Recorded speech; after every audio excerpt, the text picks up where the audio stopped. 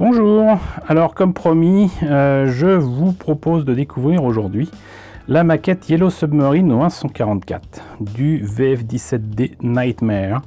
Une maquette qui date de 1997 et qui en fait reprend non pas un mecha de la série Macross ou de Macross 7 ou quoi, même si c'est effectivement un mecha design qui apparaît dans Macross 7, en fait il s'agit d'un mecha qu'on voit dans Macross Digital Mission VFX.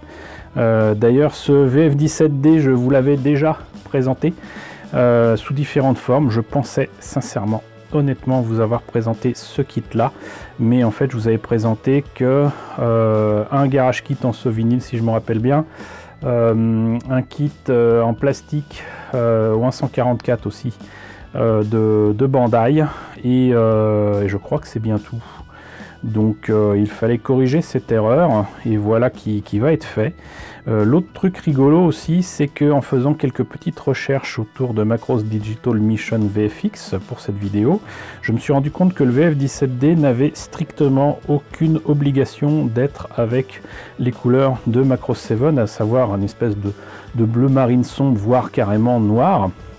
En fait, il apparaît qu'il existe en rouge et je trouve cette livrée absolument magnifique. Donc il n'est pas interdit de penser que je ferai certainement la version rouge que l'on voit apparemment dans le jeu et dont les images traînent sur le net. Concernant donc ce kit de Yellow Submarine de 1997, il est un peu plus cher que donc la maquette que je vous ai présentée la dernière fois, qui était donc la Strike Valkyrie au 144. C'est normal, je pense qu'il y a un petit peu plus de matière, un petit peu plus de résine.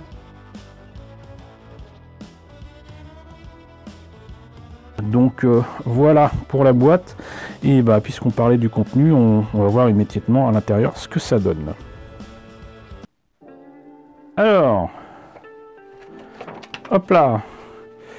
Ça c'était des sorties que j'avais fait moi pour justement me renseigner sur ce qui existait en kit, et ça date de quand même pas mal d'années, hein, visiblement d'après ce que je vois, et j'avais quelques notices là-dessus, mais bon, il me semble quand même que la notice pour ce VF-17 est là, donc c'est le principal. Donc là aussi, impression recto uniquement. Là, on a les pièces en présence. Ce qui m'intéresse surtout là, c'est que visiblement le VF-17 est suffisamment simple pour que il soit fait quasiment d'une seule pièce pour l'essentiel j'allais dire Valkyrie, mais ce n'en est pas une. Donc c'est assez intéressant. Pour autant, il y a apparemment des options pour faire l'une ou l'autre tête du VF-17, parce que le VF-17 dans Macross 7 a une livrée légèrement différente et deux têtes différentes qui sont également livrées dans la version Bandai en plastique. Vous avez des éléments qui se rajoutent pour faire, j'allais dire, les versions super, et apparemment il y avait là encore une figurine livrée avec. Je vous parie que ça sera pas dans la boîte, j'ai dû mettre ça de côté. Si ça se trouve, en fait j'ai confié les figurines et les pilotes qui sont dans les cockpits à quelqu'un pour qu'ils soient reproduits pour en fournir à des amis, et ça date de tellement longtemps que j'en ai plus aucun souvenir, et si ça se trouve, voilà, je les ai plus, mais qu'importe. Sur la notice, c'est ce qu'on voit. Il y a donc la baie de chargement ou de lancement, c'est comme vous voulez, qui est également présente. Je vous l'ai déjà présenté avec la Strike Valkyrie, je ne vais pas m'amuser à le refaire, donc voyez dans la vidéo précédente de la Strike Valkyrie, ça sera plus simple.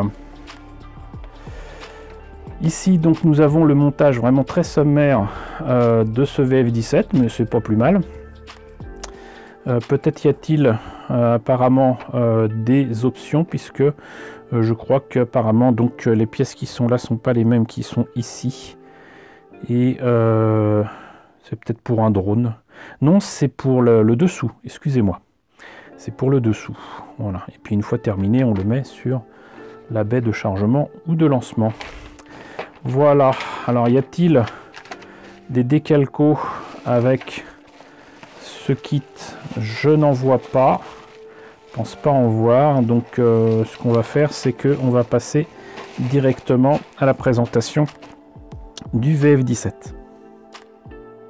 Bon bah bonne nouvelle, la figurine de l'espèce d'idol qui doit apparaître certainement dans le jeu vidéo est présente ici. Il s'agit d'un personnage à lunettes et elle est d'une seule pièce.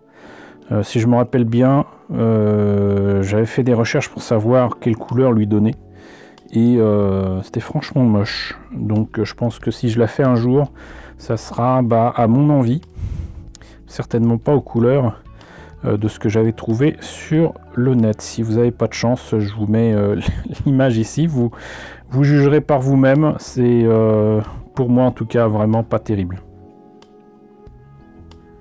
Alors voilà, désolé, toujours pas de pilote, donc je pense sincèrement que, encore une fois, ça a été prélevé et je sais pas où je les ai foutus ou à qui je les ai confiés.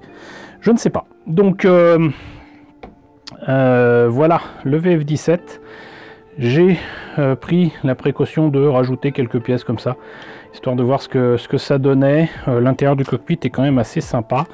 On peut le mettre, d'ailleurs il est assez creux pour ça, on peut mettre un cockpit opaque dessus. Pour autant, il y a la thermoformée ici. Je vais pas trop le tourner, quoique, mais c'est vraiment de très très bonne facture. Et vous voyez, donc il est d'une seule pièce, hein, voilà. Et on observera qu'ils ont quand même pris soin de faire les baies de train et pour les trains d'atterrissage. Donc c'est bel et bien prévu, il y a les pièces qu'il faut là et tout. Il y a tous les petits détails qu'il faut. Et ça, a priori, ça se rajoute dessus pour faire, j'imagine, une version Super VF17D. Plus puissant, qui va plus loin, j'en sais rien. Mais très très jolie pièce, vraiment. Et même si 8000 yens, c'est quand même pas donné, hein, ça fait quand même dans les 75 €. C'est quand même un très joli garage kit. Mais bon, pour un truc qui a 23 ans, j'ose pas imaginer le prix qu'il leur aurait proposé maintenant, même si ça se fait trop plus ce genre de truc. Mais bon, c'est un beau VF17.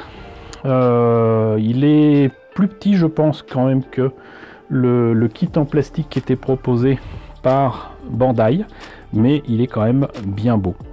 Voilà, du coup on en a déjà terminé pour ce VF17D Nightmare. J'espère qu'un jour j'aurai l'occasion de vous le présenter en cours de montage et même monté et peint. En tout cas, c'est une jolie pièce en résine et je suis bien content de vous la représenter. Donc dites-moi ce que vous en pensez dans la section commentaires. N'hésitez pas à liker, n'hésitez pas à partager, n'hésitez pas à vous abonner si ce n'est pas déjà le cas. Coucou aux nombreux abonnés qui nous ont rejoints ces derniers temps. Bienvenue ici. Coucou aux grands anciens qui me suivent depuis bientôt 5 ans. Merci à tous de votre fidélité, merci à tous de votre soutien sur Tipeee et sur Paypal. Surtout, prenez soin de vous. Je vous laisse avec la liste des contributeurs de la chaîne et je vous dis à très bientôt, je l'espère, pour la présentation d'un nouveau kit Macross.